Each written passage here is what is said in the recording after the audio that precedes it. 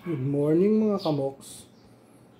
Today, ang topic natin, meron kang tropa, ang bahay nila, bubong pa lang, 250 million pesos. Pero hindi pa sila mayaman. Kasi yung isang tropa ko, sa Manila, ang bahay nila doon, bubong pa lang, 250 million na. Hindi pa rin mayaman. Yung isa naman, nasa Quezon City. Alam ba kung magkano bahay nila? Bubong pa lang. 750 million pesos. Hindi pa rin sila mayaman.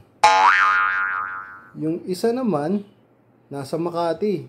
Alam mo yung bahay nila? Bubong pa lang ng bahay. 1 billion pesos. Pero hindi pa sila mayaman. Alam nyo ba ako bakit? Dahil mas pinili nilang magbahay sa ilalim ng tulay.